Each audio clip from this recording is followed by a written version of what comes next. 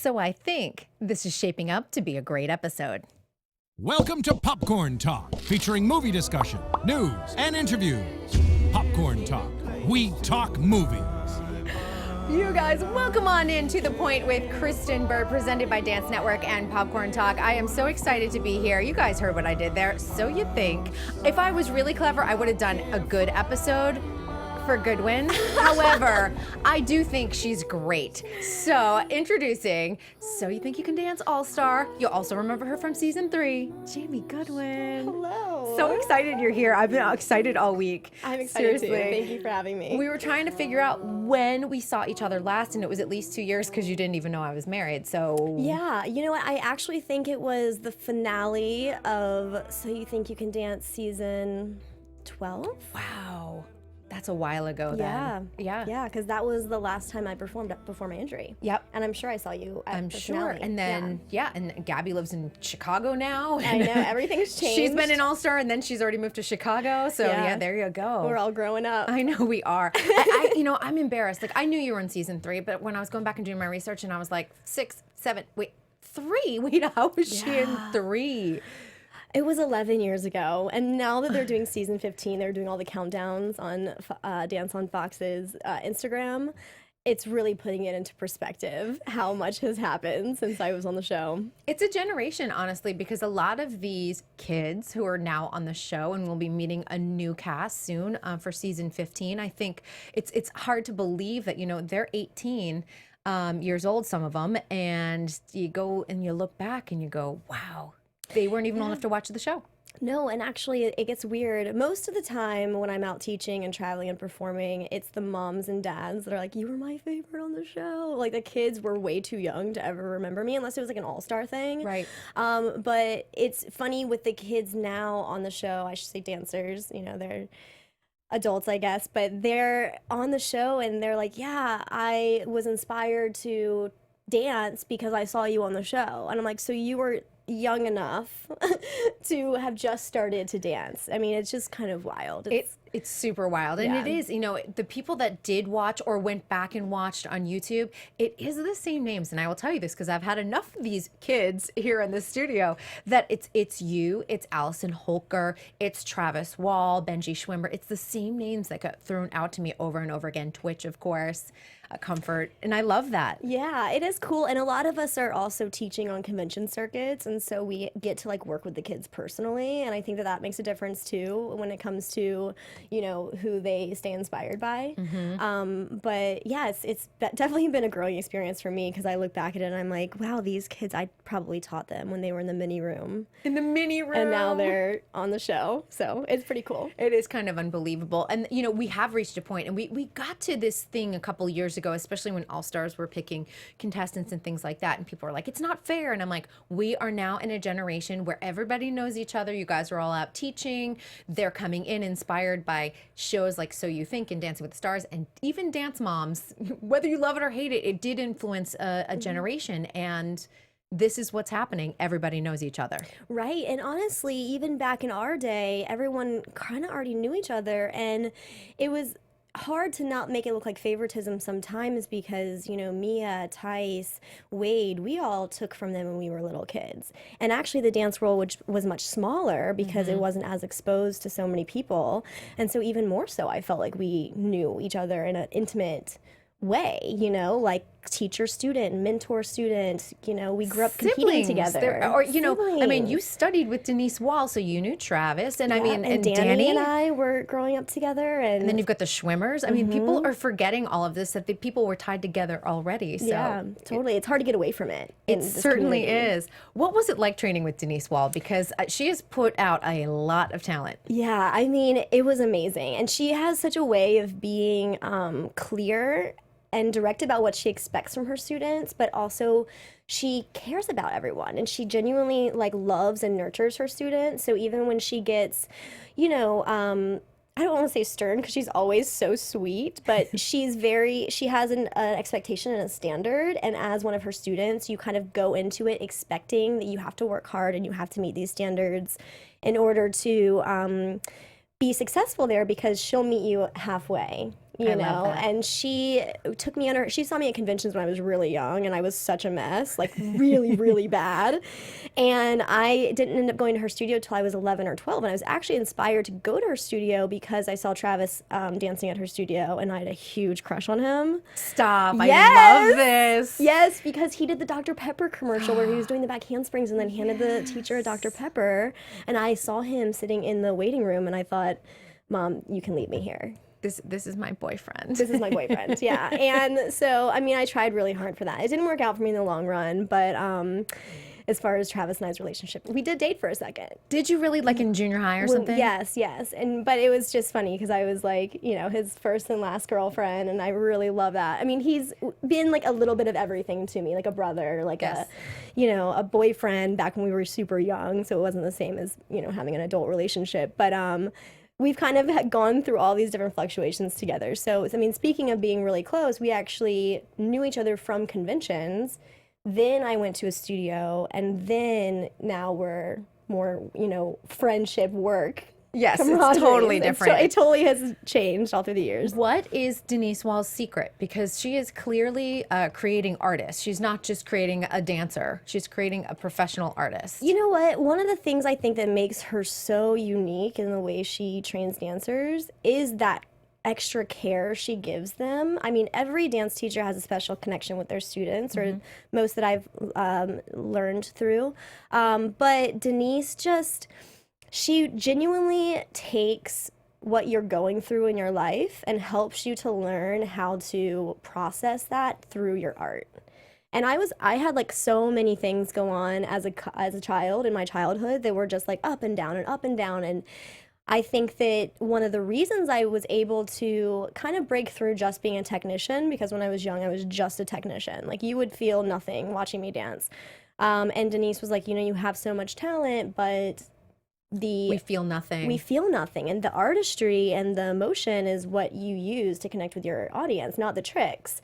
So even though she was an amazing technician as far as training us anatomically, she really, really cared about the balance between what the value of technique was and what that value of performance quality and connection was. She knew how to tap into that, which is super important. And, you know, the thing is, sometimes we go, well, how do these kids know? But, you know what? We all go through stuff. Sometimes people, you know, go through a family divorce, and that's traumatic for the kids. And this is a great way for them to sort of, you know, be very cathartic about it and get it out and deal with it. It's really wonderful in that way. Oh, I say that all the time. Like, dance was definitely 100% my therapy for so many things growing up. So I'm lucky that I had a teacher that also nurtured that and inspired me to bring it out and not to hold it back.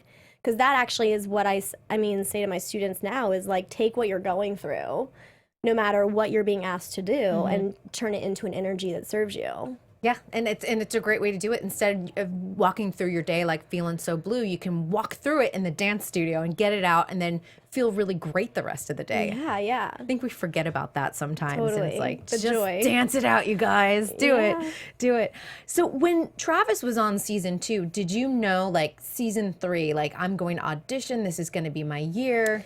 I really wanted to audition the same season that he did it because we were like, you know, partners leading up to that, and he was leaving, and I knew I was going to miss him, and I was kind of wanting to be around him, and I was like, I didn't know what it was about, you know, but I was just like a couple months too young to audition.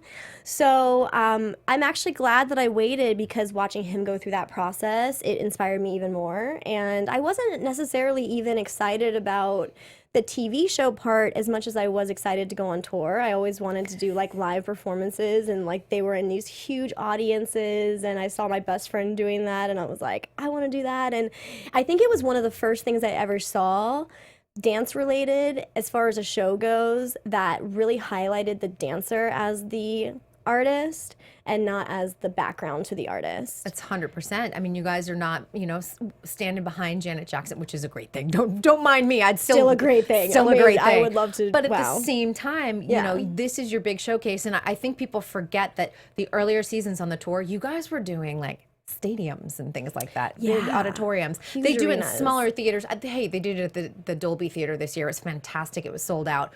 But you guys were doing large venues. You guys were like rock stars.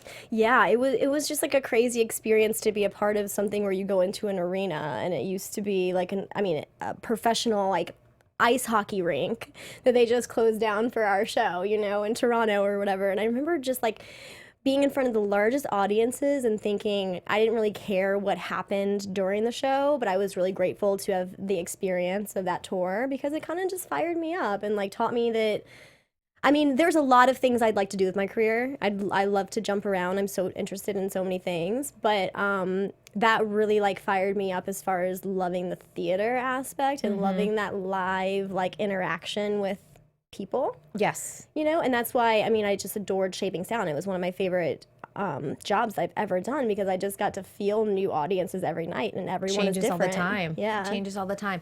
Can we talk during your So You Think experience? I think we'd be totally remiss if we didn't talk about Hummingbird and Flower with Hawk. One of my favorites. It really is. And it's kind of interesting because Wade was such a big part of the early years of So You Think. He came back last year and did a group number, and I keep hoping that like maybe this year they'll have him do, some duets and things like that. I don't know, but it's great to have him back. Yeah, I know. He's always been one of my favorite choreographers and just people in general. He's amazing. His wife's amazing. I'll never forget how unique the process was to Flower and Hummingbird because Hawk and I were both so different. And I think that he, out of, all the choreographers I've ever worked with, on that show was like the first person I thought that really introduced melding those two styles together just seamlessly. Yeah, it's really incredible. I went back and watched it twice this morning because I was like, it's been a little while since I've pulled it up. You guys recreated it too, didn't you, for the anniversary year? Yeah, we've actually done it so many times since then because they've had us come in and do it at little like promo press things right after the show for like a couple years after that.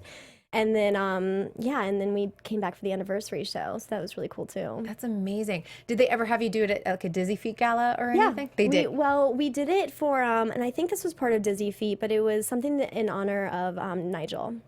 Oh. And so we surprised him and came in and did that. So good. Now, when you rework it, like for that anniversary year, was Wade in the studio with you, or did you guys just remount it yourself? We just kind of redid it ourselves. It was actually amazing because it had been so long since we had ever even danced together. Since So You Think, Hawk and I have never danced together again. We've seen each other, we're friends in passing. We don't hang out as much anymore. Miss you, Hawk.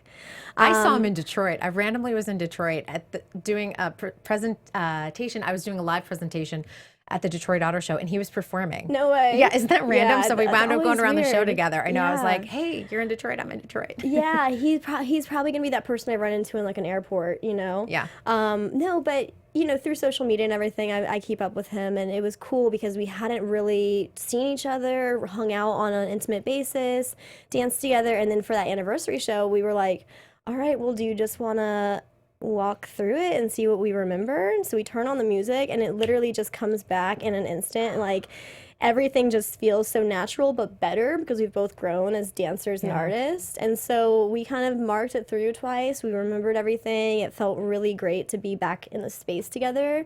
And then we just did it. I remember Jeff coming out and being amazing. Like, it's weird how your body works. The muscle memory. You really don't think sometimes. Sometimes I'm like, I don't even know how this starts. And then I turn the music on, I'm like, oh. I can still do my entire candy cane routine from the Nutcracker from Boston Ballet, by the way. So that's impressive. Anyone wants to give me a hoop, I got it. No, that's impressive. And with props, too. So. Yes. Yeah, but I'll never forget, because Jeff came in and he was like, do you feel like you need anything else? And we both kind of looked at each other like, no, it just felt like really natural. Yeah, let's not overdo it. Yeah. That's really amazing, though, that how it really does snap in, and that you can clean it yourself, you can remember it yourself, and then you add to it because you're like, got a little more emotional maturity here. I can even interpret this even a little bit better than I did. Totally. And I kind of felt like it showed me how timeless Wade's choreography was, because it didn't feel like something that I shouldn't be doing anymore. You know what I mean? Sometimes you look back at performances and they were so epic in that moment, but then they're like, wow, okay, that was really epic in that moment, but it just isn't the same anymore. They don't age well. Yeah, they don't age well. And so doing it again, I was like, wow, this is really timeless, because it just feels just as beautiful and fulfilling to do 9 years later. I could honestly, and I'm gonna say this is a big statement, but I'm like, I could see it on stage at like Lincoln Center. Like that's how beautiful that piece is. And again, as you say, it feels timeless, so it has a classic feel to it. And you just think, a ballet company could do it, a contemporary company could do it. Yeah. And it would look a little bit different each time, but it would still look gorgeous. Oh, it would be so beautiful on Pointe. That fifth position Grand Plie. Wade, we're giving you some ideas here. I know. I've been trying to get Wade in studio for a while, but eventually he'll answer my email. I'm like, please. I know he's like, and I'm like, we'll just talk dance. It's good. Just dance. Oh God, I love his blogs though. If you don't read them, you should. Oh, they are deep. They're really good. Yeah, they're beautiful. They're really good. And someone just asked me what my favorite Wade piece was, duo or group, and I was like, Rama Lama Bang Bang. I was like, come on, people. That's so good. And if you guys haven't seen it, it's out there on YouTube. Go and check it out. So good. Really incredible. Do you ever look back on season 3? Because it was a really great cast. I was like looking up the names again. I'm like, oh, Neil Haskell was Mr. Broadway star.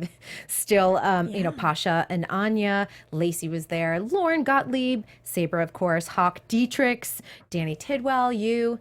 That's just some. Pretty awesome cast. It's a pretty awesome cast. I mean, what still stands out from season 3 for you? Oh gosh, so many things. I mean, I really I've always been a huge fan of Danny, not just because we grew up together, but just because I think that he's like a freak of nature.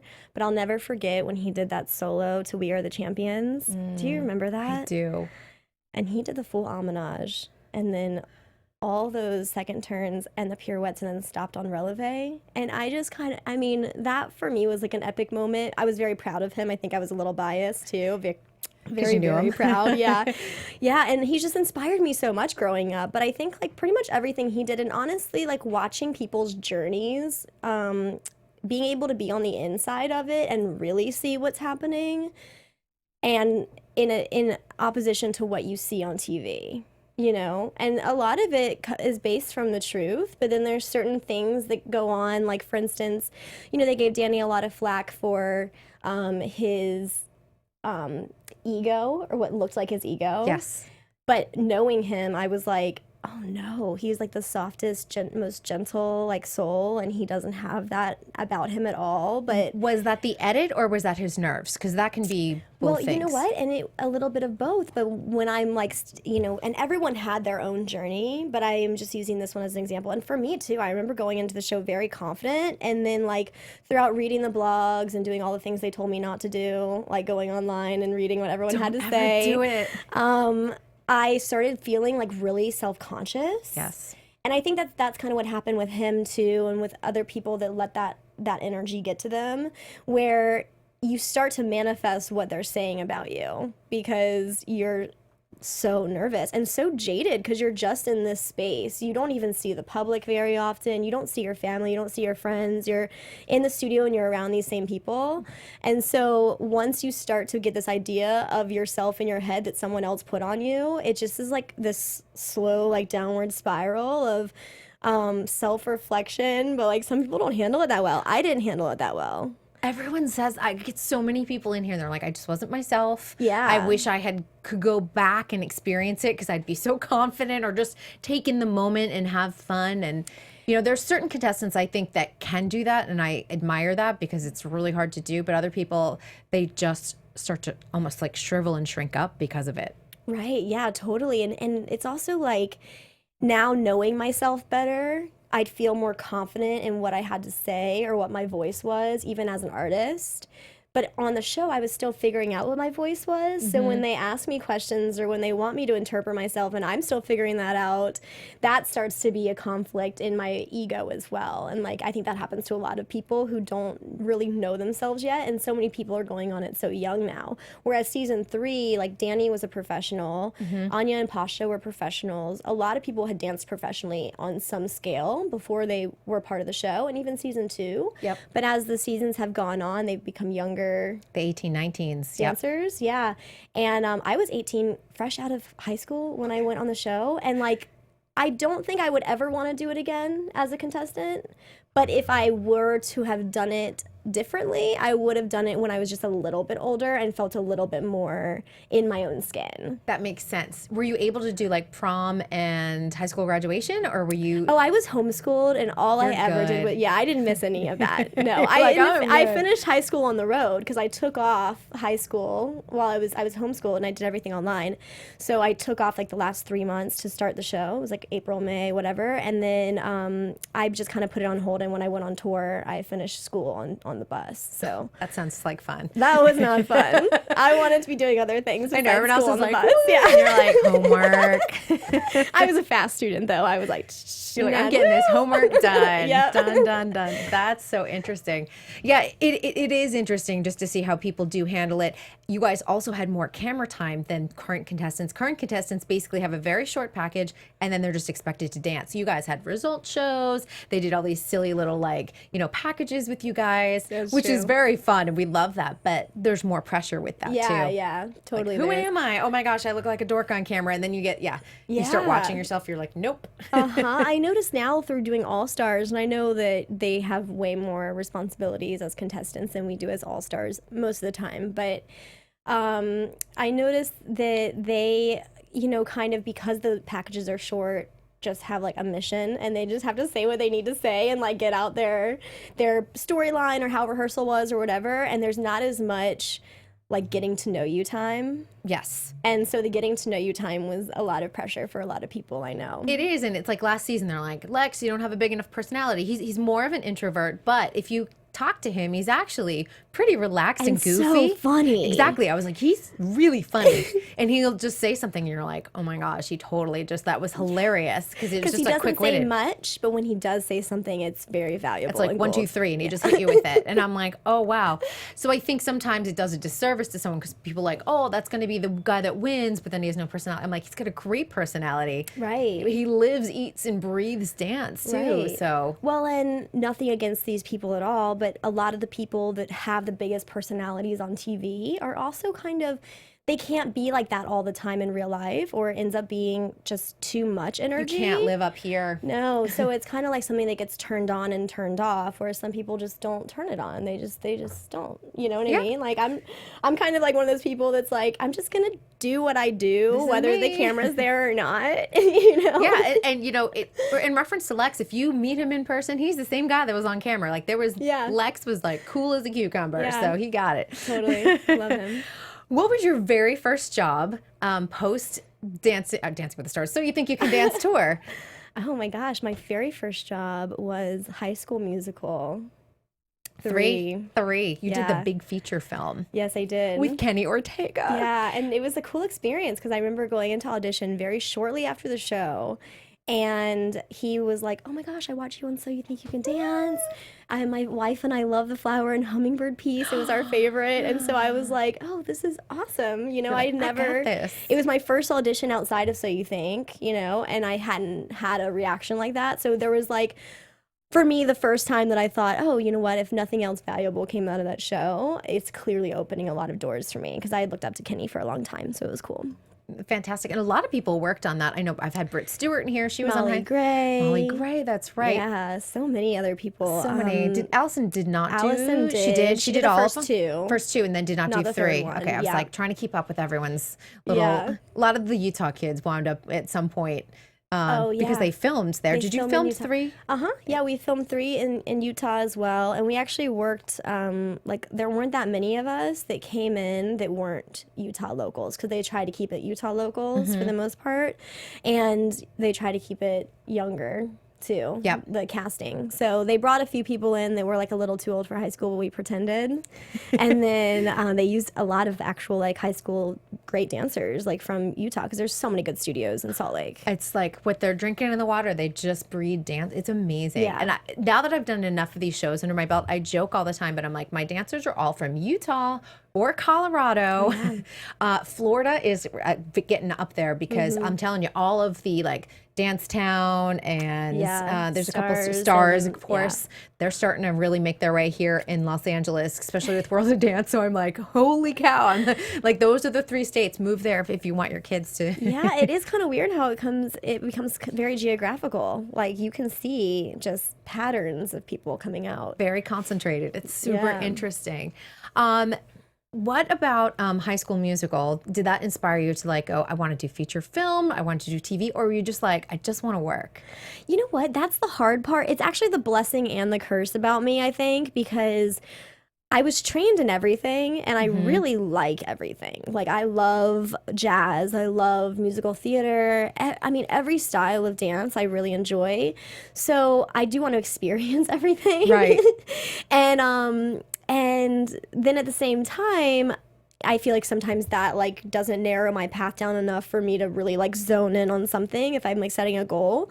So I've been trying to find the balance in it. But yeah, I think so. I think So You Think actually opened that up for me, that I really loved the TV film world. And I did not plan on going that direction at all. Were you going to do concert dance?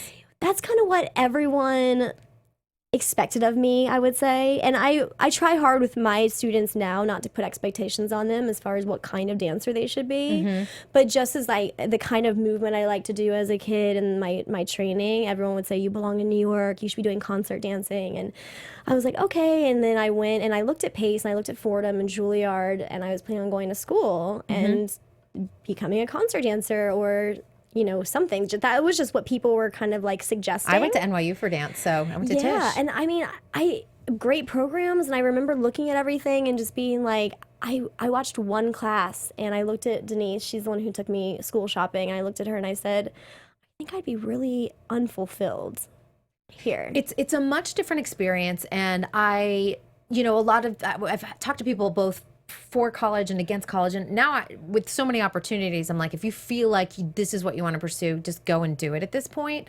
But I do think that there's certain programs that are finally like really wrapping their brain around it, and I always keep talking about USC Kaufman School here because they're getting the idea that TV, film, and dance, and you can still train for concert dance, all wrapped up in one really great BFA program, and you're already out here too. So yeah, and you know what? I'm a huge advocate for school. I think I'm mostly an advocate for following your instinct and not doing what other people expect you to do. Because at the end of the day, I was like, you know what? I didn't really love any of those things, and then I ended up going to a convention one day where Tice Diorio saw me and hired me for a commercial. It was for McDonald's. And that took me to New York to film. And then the next day were the So You Think You Can Dance auditions. in New York City? In New York City. And so I just went there just on a whim. I didn't go expecting to audition for So You Think. I was just there and thought I didn't really have another plan. And I just decided not to go to college because people were like, well, what else are you going to do? And I'm like, I don't know. I just don't feel like it's for me. Not the right fit right now. Yeah. And so then then the next day, I didn't even go to the first calls. I went to the callbacks just hoping that they would see me. Danny and I went together. Okay. And Danny actually... You're like, we know Travis. That's what I would do. I know Travis. That's his brother. That's his brother. Here's his mom. We're all here. The whole fam's here. Yeah, we're all here. That's what I would do. I'd be like, I'm pulling out my Travis card. Well, and I think especially, I've just never, ever done that, for anything. But Danny was being sweet even because he wasn't even planning on auditioning. He was being sweet because I wanted to get up at 4 a.m. and I was staying with him. And he was like, well, I'll go, wait with you. And then, maybe I'll audition. I don't know. But I'll go see with it. you. Yeah, see what happens. And so we ended up waiting in line, and we waited there from 4 in the morning until 11 at night, and then Jeff let us do our solos, the last 2 solos of the day. And it was worth it, I guess, waiting there. But that was kind of my path was totally not at all what I had planned for it to be in the least. It's amazing. So You Think was the first time that I was behind camera in a huge way, and I was like, oh, I really hadn't ever considered this before, and I really like it, And by the way, now I'm on the show. Yeah. That's kind of crazy when you think about it. Yeah. It's very impressive to me when people make it on the very first time they try, because there's always the contestants that come back 4 times and they finally get on. But making it that very first time, because sometimes you can get in your head and you're like, I just want to be on the show. But sometimes just having that, like, I'll just audition, see what happens. You're freer. You don't have the weight of like, my dream is to be on So You Think. Yeah, and I think in those early seasons, there wasn't as much of that pressure anyway. Like season 1, it was, brand new and it was kind of like workshopping it. Yep. Season 2 was amazing and I was definitely inspired by it. But season 3, it was still very fresh concept. So it wasn't like I had been thinking about it for years and and had my heart attached to it. But once I was in the door and going through the process, I was like quickly falling in love with that process. So you're like, this is going to be kind of cool. And maybe the non-attachment. The older I get, the more I realize that non-attachment is so important. It's super important. Yeah.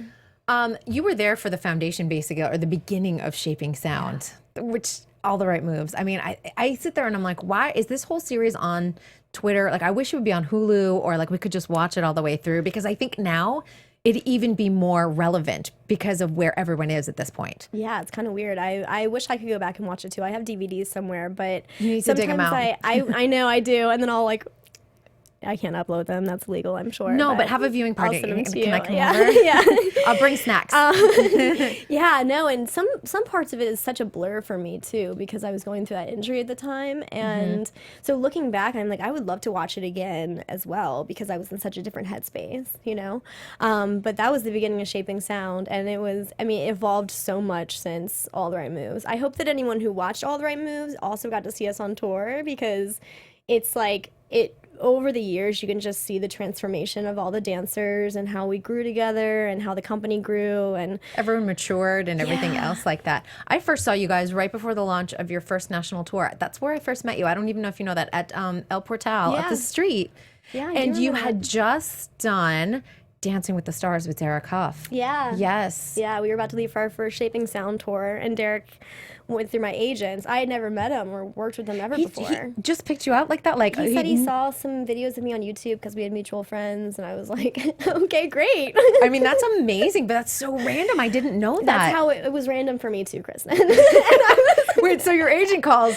So Derek Hough is interested in doing a piece with you on Dancing with the Stars for Macy's Stars of Dance. Did you go, wait, are you sure you got the right number? Like, that's how I was like, oh, well, how does he know of me? And she was like, oh, he just said he saw like videos of you and you guys are mutual friends and it's going to be a duet, so it'll just be you two and it's contemporary, so he really wants someone that's strong in that genre and to help him out. And I was like, I am in. So I just had, Travis is so supportive of us doing other stuff too. So he was like letting me leave tour rehearsals early to go rehearse with Derek at night. So it was like crazy long days, but very happy that I made it happen because that ended up being an epic performance. One of an Emmy-winning performance. Yeah. Well, and here's the other thing too. I think that everyone is sort of forgetting is that this was also something that had never been done before on live television, and that whole shifting box.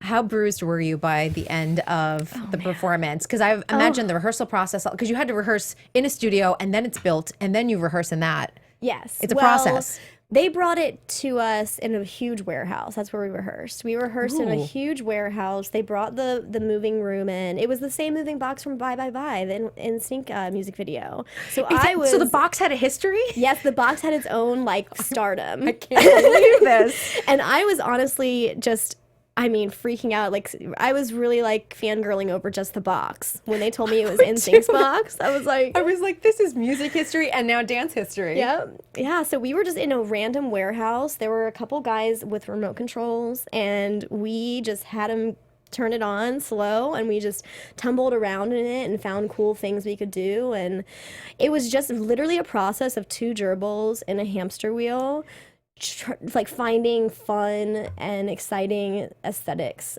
through that box. And it was a timing thing too, because we had to work the timing and the speed with cues with our tech guys so that they could turn it at the same time that we were doing certain movements, so that if we were sliding, it didn't go too fast, but at the end it would catch up. And it was cool, but as far as the bruising, that was a process, because there was one moment where I was supposed to be sliding down, speaking of the timing with the guys, and we were still in workshop phase, so we didn't really know what we needed exactly, but I was supposed to slide down and catch myself on, it was like a desk that was like turned over on its side as the room was moving. And I was supposed to catch my feet on the legs of the desk. Well, I had a lot of momentum. Didn't catch my feet on the legs of the desk. Slammed my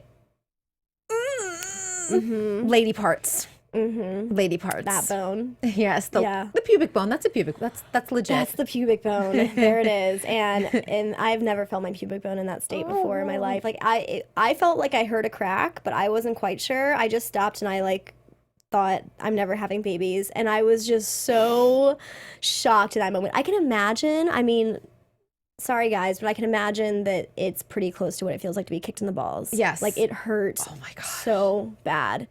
I think gymnasts probably experience it when they're if they miss a trick on the balance beam, because that does happen. And it's true, it happens all the time. Totally, that must be the same. Yes, because I do follow gymnastics quite closely, and I'm like, yeah. that happens to them. Oh gosh, yeah. I know, so that's smart. That was the worst bruise in my life. Oh, yeah, and my I have a gosh. scar on my leg from it too, because my shin just kind of like It's an went up. Emmy-winning scar. And actually, I love scars because I have so many scars and so many stories behind my scars. They're awesome. You do. How many ACL injuries have you had?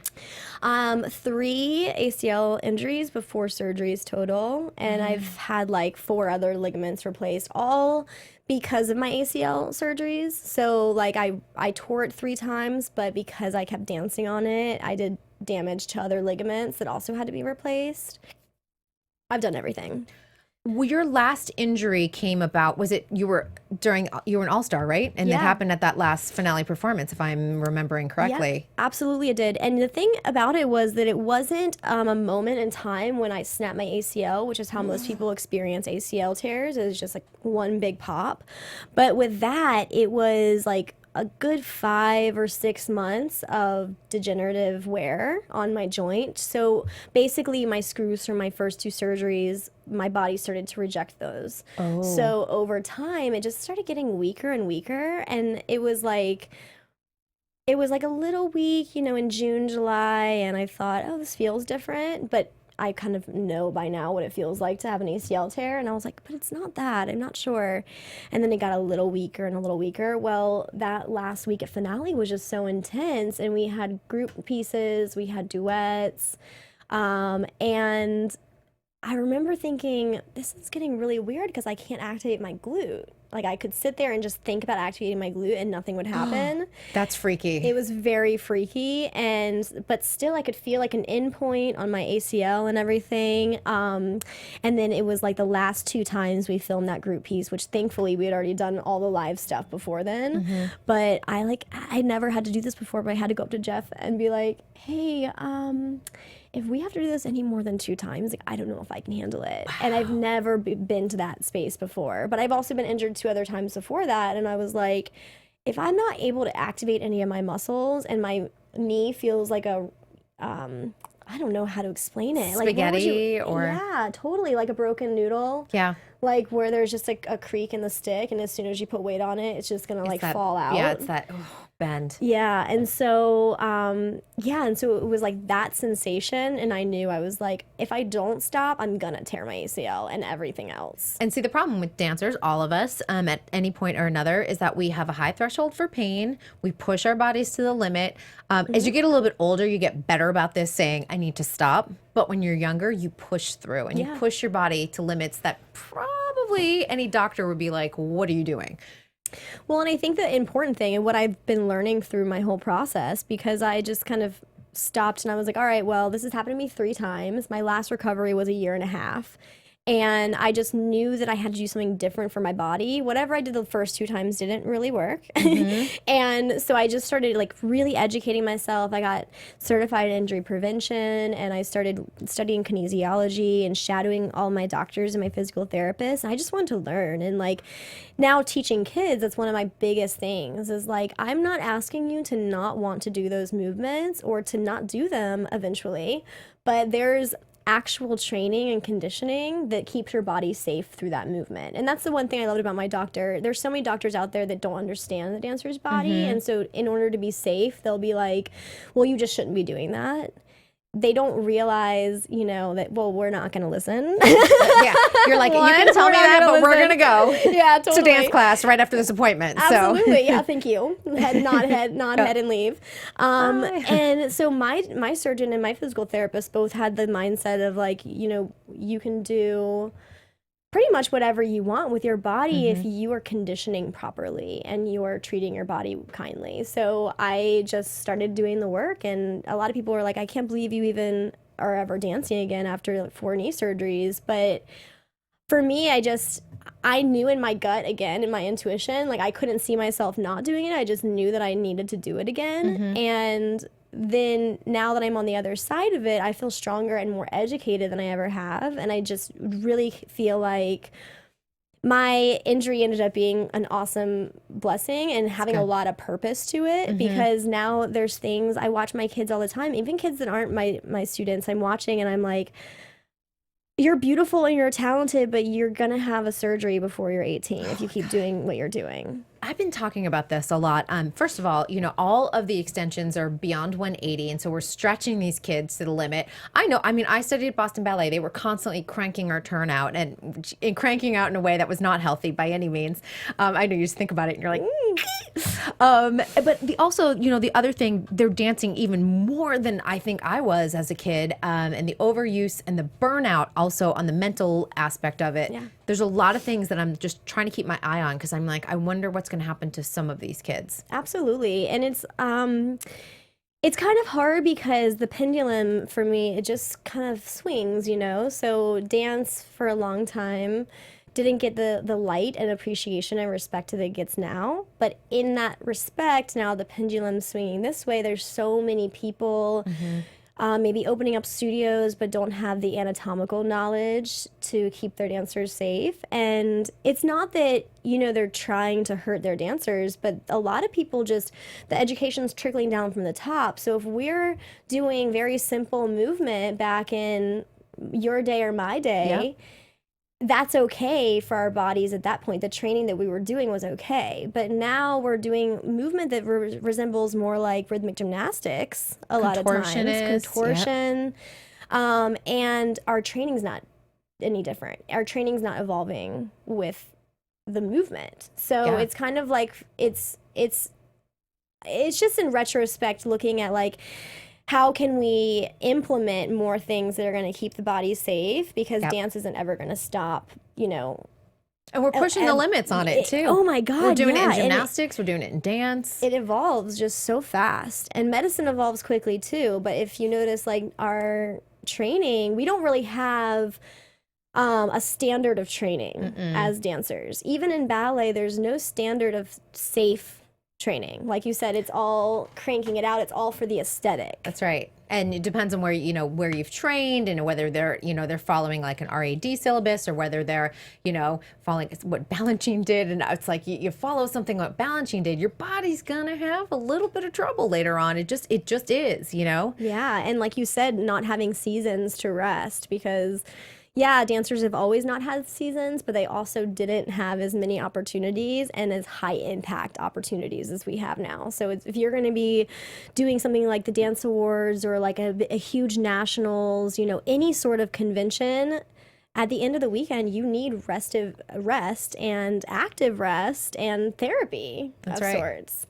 It really is amazing to think about this. And I'm sure some studios, if they have the money, and that's the thing, it's like if you've got an area where a studio has deep pockets and the parents have deep pockets, but you know, the average studio isn't going to be able to hire, you know, whether it's a physical therapist or a massage therapist or even a Pilates teacher, like just some of these basics that will even help with conditioning. Yeah.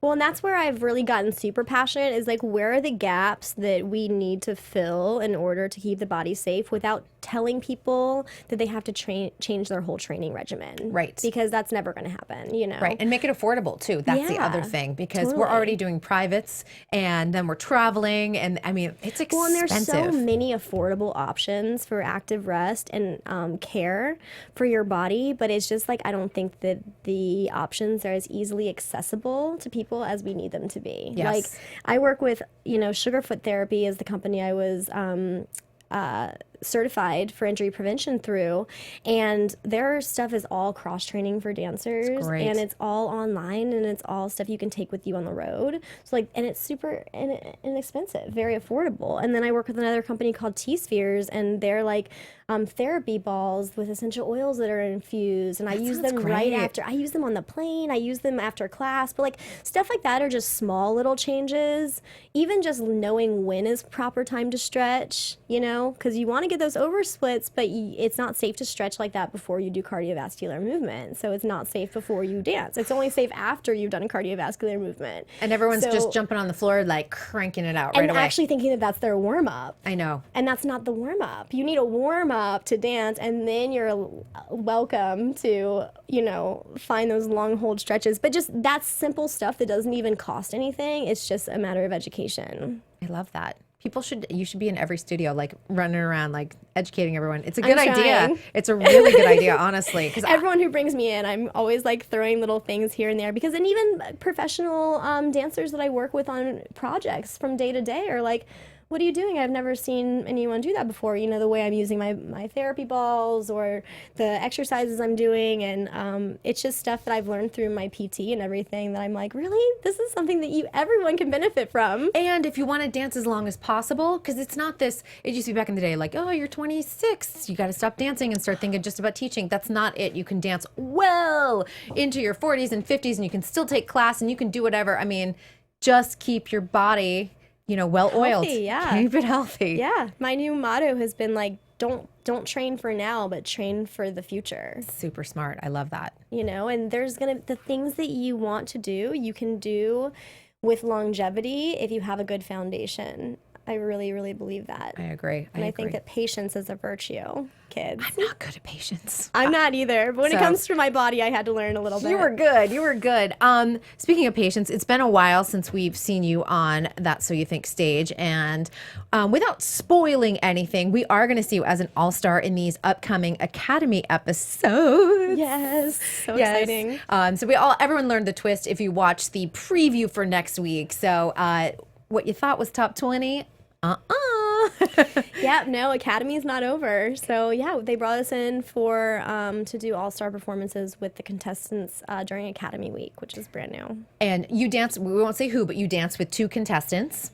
Yep, I dance with 2 contestants. One's contemporary, one's jazz. So a little bit of everything. And that is outside their style, so don't try and guess, because it's outside that contestant's style. Very specifically so. They made sure that everyone got a different style. But that's really smart, because that's going to happen every week on the live shows and everything else. Yeah, and back in my day, they tried to make sure everyone got a different style than their own almost every week. It's only been in the recent years that they get to do so many things that they're so comfortable with, which is a blessing for all the dancers. But like, this takes them out of their comfort zone right away, which I remember thinking was a lot of pressure, but also like fully prepared you for the show. I think it's a really smart idea. I know not everyone loves the fact that there was a twist and it's, you know, getting whittled down. But however, I was like, guys, you have to put your producer hat and think about this. We haven't had a top 20 since season 12.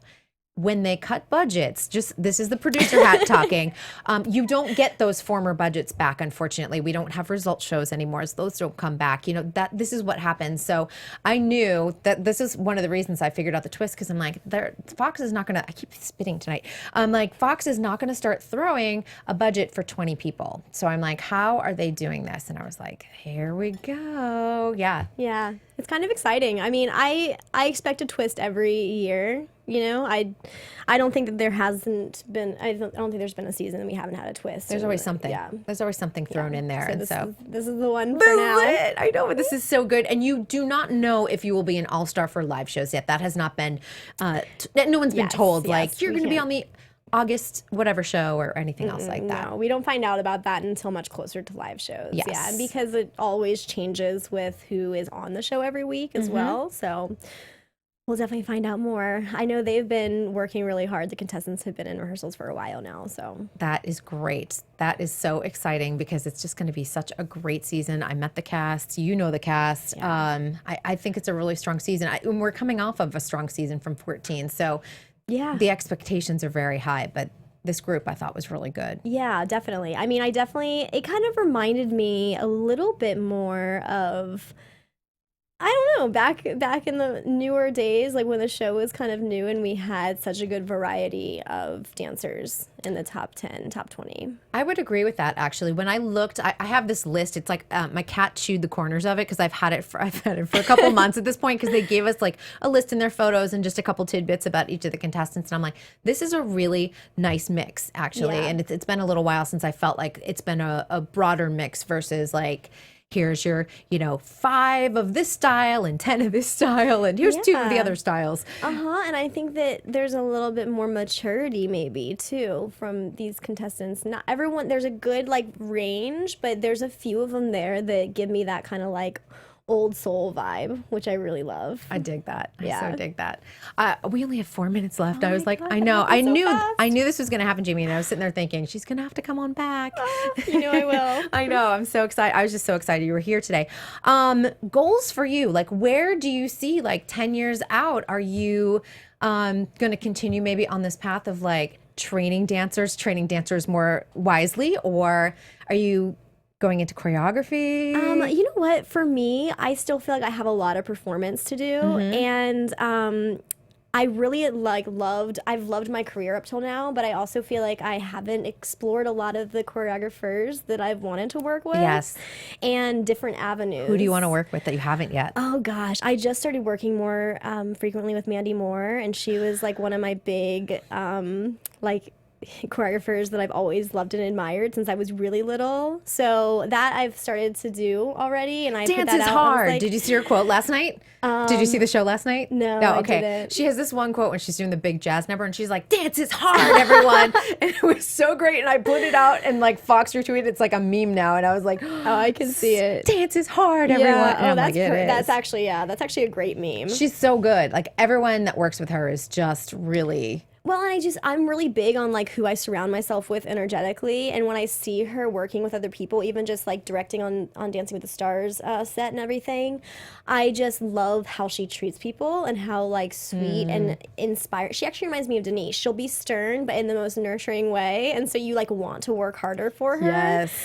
So she's one, and then Andy Blankenblower, I really love him. I'd love to work with him more often if opportunities Broadway. arise. I know, but it's cool because he has been tapping into a couple more. Like he just choreographed a movie, and I got to be a part of that. Oh, And, fantastic! Can you say the name of the movie? It's called Backseat, Okay, great. and it will be releasing, I think, in December of this year. Oh, great. That's good to know. He Yeah. also did the Dirty Dancing, the one they did on ABC. So I Yeah. interviewed him for that. And of course, he did American Bandstand on Broadway. Or was it Bandstand? Was it called Bandstand on Broadway? Yeah.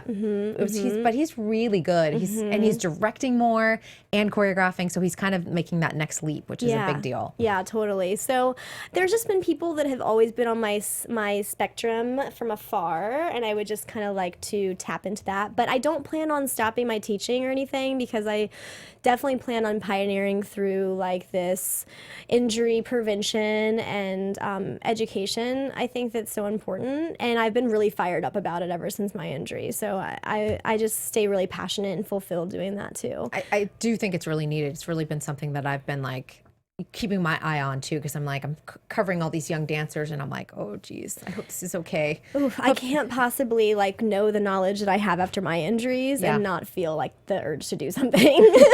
It's good though. This is good. We need people like helping the next generation, come through as healthy as possible. Yeah. Well, thank you so much for Thank coming you. here. I was so excited. Tell everyone where they can find you online. You can find me at Jaimie Goodwin, Jaimie Goodwin on Instagram, and on Twitter at Jaimie_Goodwin. 2 eyes. Don't forget the 2 eyes, 2 everyone. I know. I'm a Y at the end. I have your same problem. Don't you worry. Oh, parents. You guys, thank you so much for joining us this week. Next week, I know a lot of you have been anticipating this show, but it's Sean Liu and Casey Rice. They're still competing on World of Dance, of course, but they are taking the internet by storm, honestly. So I know everyone's been like, we can't wait. The countdown Amazing. begins. They will be here next week. And of course, for all of your dance news, be sure to check out dancenetwork.tv. Thank you so much for Popcorn Talk for hosting us. We'll see you all next week. Bye. From producers Maria Menounos, Kevin Undergaro, Phil Svitek, and the entire Popcorn Talk Network, we would like to thank you for tuning in. For questions or comments, be sure to visit popcorntalk.com.